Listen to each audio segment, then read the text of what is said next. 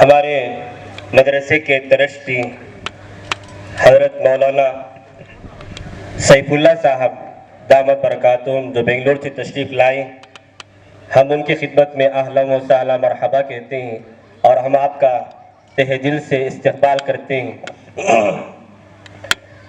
اس programme بچوں کا بڑا لمبا بھی ہے اور مقررین حضرات علماء کرام کی بھی ایک لمبی فہرست ہے، اس لیے تمام مقررین سے ادباً درخواست ہے کہ اپنی بات مختصر کرتے ہوئے 10 منٹ کے اندر اپنی بات مکمل کر لیں، اس لیے کہ حضرت بھی تشریف لانے والے ہیں، بچوں کا پروگرام بھی باقی ہے، لہذا میں سب سے پہلے اس کے بعد حضرت مولانا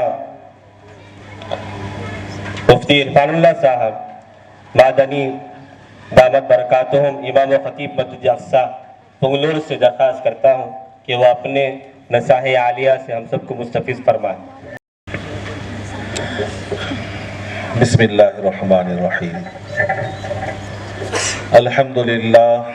الحمدللہ وکفا وسلام علی عبادہ الذین اصطفی، اما بعد فاعوذ باللہ من الشیطان الرجیم، بسم اللہ الرحمن الرحیم۔ الف لام میم ذالک الکتاب لا ریب فیہ ھدی للمتقین۔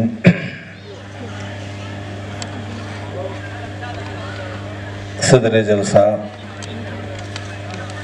حضرات علماء اکرام، مہمانان اعظام، مدرسہ جامعہ اشرف العلوم کے بانی و محتمم حضرت مولانا محمد حسین صاحب مادنی دامت برکاتہم، اساتذہ اکرام، مدرسہ جامعہ اشرف العلوم و اراکین و ذمہ داران اور حاضرین، بس ایک واقعہ سنا کر اپنی بات ختم کرتا ہوں۔ یہ جو طلبہ ہیں، انہی کی وجہ سے مدرسہ قائم ہے۔ مدرسے کے اندر عمارت ہے، ڈیسک ہیں، بورڈ ہے، کتابیں ہیں، کتب خانہ ہے، مطبخ ہے، ساری چیزیں ہیں۔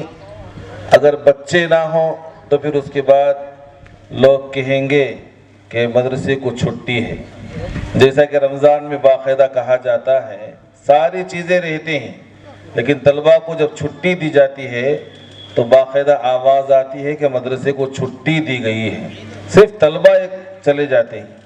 اگر طلبہ آ گئے تو مدرسے کے سارے نظام کے اندر ہلچل آ جاتی ہے۔ تو یہی وہ طلبہ ہیں جن کی روحانیت اور جن کی نورانیت سے اللہ تبارک و تعالی آج اس جلسے کی رونق عطا فرمائی۔ یہی طلبہ جب فارغ ہوئے تو انہی کے صدقے میں یہ جلسہ رکھا گیا ہے۔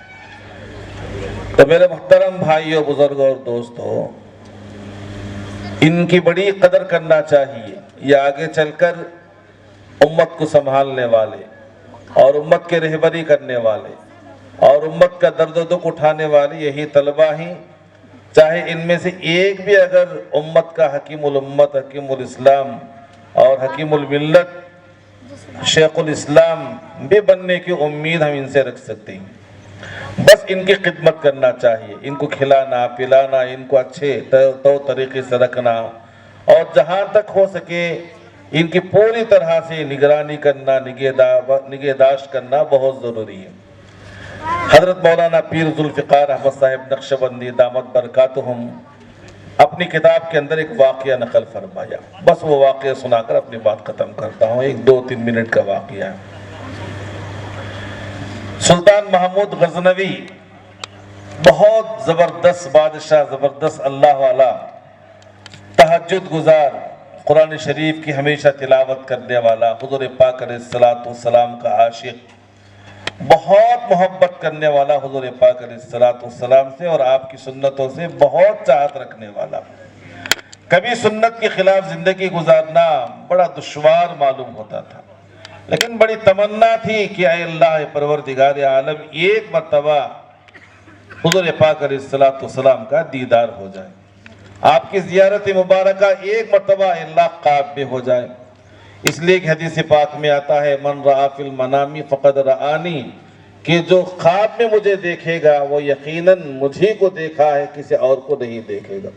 تو بڑی تمنا تھی، بڑی آرزو تھی، سنتوں کی پابندی کے ساتھ ساتھ عشق اور محبت میں بہت گہرے انداز میں تھا۔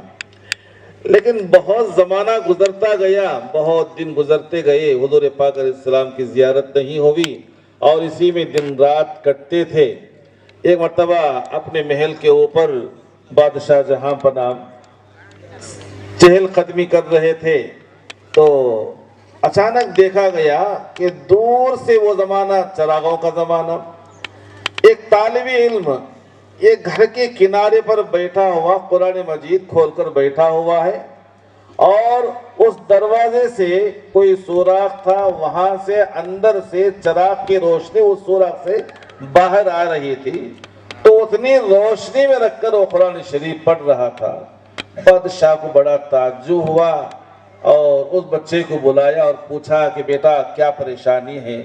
تو کہنے لگا ہم غریب لوگ ہیں، ہمارے پاس چراغ میں تیل ڈالنے کی بھی طاقت اور سکت نہیں ہے، تو اس لیے جہاں کہیں اجالا مل گیا رات میں تو اس جگہ پر میں قرآن شریف یاد کرنے کے لیے اور قرآن شریف سمجھنے کے لیے اس روشنی کی تلاش میں رہتا ہوں، تو لہٰذا آج اس گھر سے روشنی جو ایک شعاع کی طرح، کرن کی طرح آ رہی ہے، تو اس جگہ پر میں قرآن شریف پڑھنے کے لیے بیٹھ گیا۔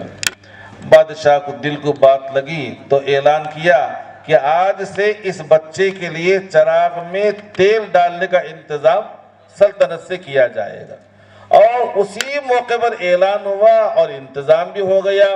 ایسا نہیں کہ اعلان اب ہونا ہے اور بعد میں عمل کرنا ہے جیسا کہ آج کل کا ماحول ہے، لیکن بادشاہ اسی وقت اعلان بھی ہوا اور چراغ کا انتظام، چراغ میں تیل ڈالنے کا انتظام ہو گیا۔ بادشاہ جا کر آرام کیا، اللہ کا کرنا ایسا ہوا، اللہ تبارک و تعالی حضور پاک علیہ السلام کی زیارت کرا دی۔ تو حضرت پیر صاحب دامت برکاتہم اپنی کتاب میں لکھتے ہیں کہ ایک طالب علم کی ذرا خدمت کی، اللہ تبارک و تعالی کئی سالوں کا ارمان اللہ نے پورا فرما دیا۔ تو اللہ تبارک و تعالیٰ سے دعا فرمائے، اللہ تبارک و تعالیٰ ہم سب کو ان طلباء کی قدر کرنے کی توفیق عطا فرمائے۔ یہی مدرسے کی زینت اور یہی امت کی رونق ہے۔ اللہ تعالیٰ ان طلباء کی دستار بندی کو اللہ قبول فرمائے اور مدرسے کے محتمم صاحب اساتذہ کرام کو اللہ تعالیٰ جزائے خیر نصیب فرمائے۔ وآخر دعوانا جزاکم اللہ احسن الجزا۔ اللہ تبارک و تعالیٰ سے دعا ہے کہ اللہ تعالیٰ ہم سب کو ان باتوں پر عمل کی توفیق نصیب فرمائے۔